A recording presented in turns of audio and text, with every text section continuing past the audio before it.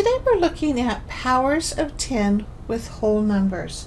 Now, when we use the term power, we're really referring to exponents. For instance, if I have 10 to the second power, the 10 is my base number and the 2 is my exponent. So 10 to the second power would be 10 times 10. Not 10 times 2, but 10 times 10. 10 is a factor 2 times. If I had 10 to the third power, that would mean 10 is a factor 3 times. We're not adding it. It's not 3 times 10. It's 10 times 10 times 10. Okay, so let's move on to our problem here. We're completing the table. 3 times 10. Well, if we're going to write it as a power of 10, we would say 3 times 10, but it's asking for the power.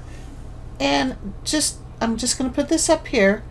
Any number, well, in this case we're talking about powers of 10. If 10 is only a factor one time, it's 10 to the first. So the power of 10 value, that would simply mean, what does this mean? 3 times 10 to the first power. It would mean 3 times 10. And our final product is where we multiply these together. 3 times 10 is 30. Let's give ourselves a little bit more room now. Okay, 6 times 10 times 10. We want to write this in the form with a power of 10. So we're still going to have our 6. We're going to have our times. And how many times is 10 a factor? How many 10s do you see? 1, 2. So this is 10 to the second, or 10 to the second power, or 10 with an exponent of 2. And the value of that, the power of 10 value, that means what is the value of this right here?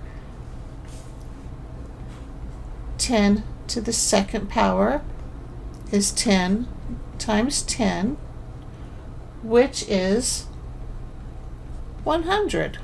So 6 times 100. 6 times 100, 600. Let's look at our next one. It's a little bit more complicated. When we write it in the power of 10, we're still going to have our 6 there.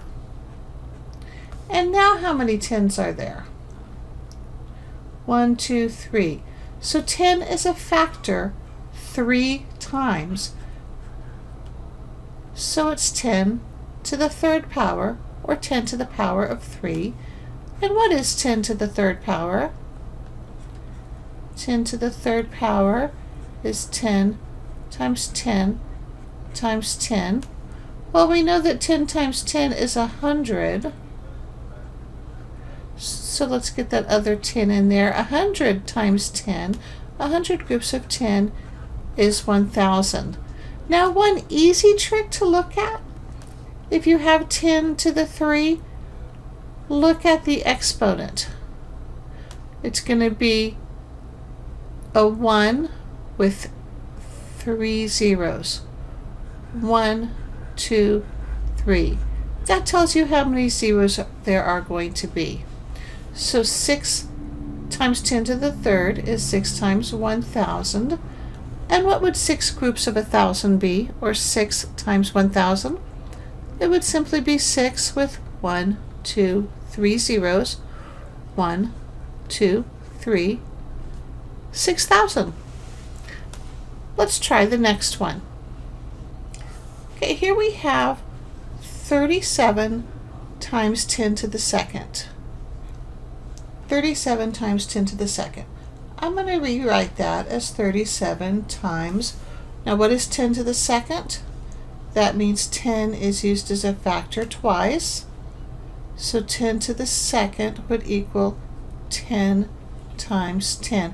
Now notice I said 10 to the second. That's kind of a shortcut way of saying 10 to the second power, where 2 is the exponent. So 10 to the second, 10 is a factor 2 times 10 times 10. 10 times 10 is 100. So 37 times 10 to the second power equals 37 times 100. Now, I could add 37 100 times, but I know that I already know this shortcut. I know that any number times the power of 10, all I have to do is count the zeros. I write my number, I write 37. And how many zeros do I have over here? 1, 2. I can put 2 zeros. I'll put my comma. 37 times 10 to the second is 3,700. Now, I could have skipped this step. 37 times 10 to the second. Remember, this only works with powers of 10, because that's what our number system is based on, where it's a base 10 number system. So I can write my number 37. I can look at this exponent. It's 2. That's going to tell me how many zeros to add after my 37. So 3,700. I hope this was helpful.